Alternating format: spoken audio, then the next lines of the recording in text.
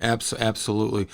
How someone listening, whether it's a healthcare professional, a family caregiver, or just somebody interested in healthcare in general, how how do you recommend that we can become a more person-centered, society in healthcare, or just in our approaches with maybe our mom, our spouse, or whoever it is we're caring for, or for patients if you're in the healthcare industry? I feel that starting early is really the key. Whether your loved one is experiencing cognitive impairment or not, taking time to get to know who that person is. A lot of times we find ourselves, just having transactional relationships with our loved ones, but do we truly, truly know them? Do we know their history? And I can even talk about my own relationship with my father, who passed away earlier this year in January. And there was so much that I first learned about him after my mom passed away, and I became his distance caregiver.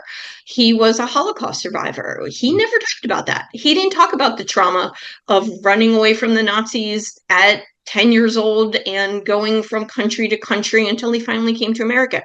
He didn't talk about that. And I didn't know about that journey until my uncle published a story about it in his local paper. Wow. And I turned to my father and I'm like, Dad, Paul wrote this. Is this true? And he's like, yeah, it was true. I was a kid. I don't talk about that. I'm like, but this is profound. This is profound what you've lived through.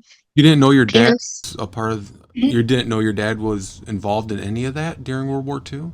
not until we had that conversation when Your he was mom, already in his your mom late knows? 80s. No one talked about it. Wow.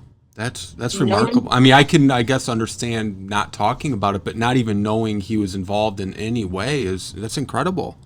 Yeah. Yeah. Well, he didn't have a very good relationship with his father growing up, also. And there's, of course, a whole story there, as we all have stories about the dynamics within our family.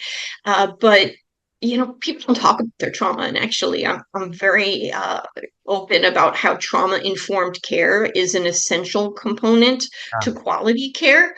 So, knowing this generation and how it literally is referred to as often the silent generation, at least people who are in their 90s and above right now, talking about childhood trauma it wasn't done. And I've seen this more and more among families where they're first learning about all the things that mom or dad went through much later in life, because it was a generation that was told to be resilient. It was told they were told to suck it up Yeah. and move on and get their lives together, and that's that. And I'm generation X, all so a lot of those messages were kind of passed down to us.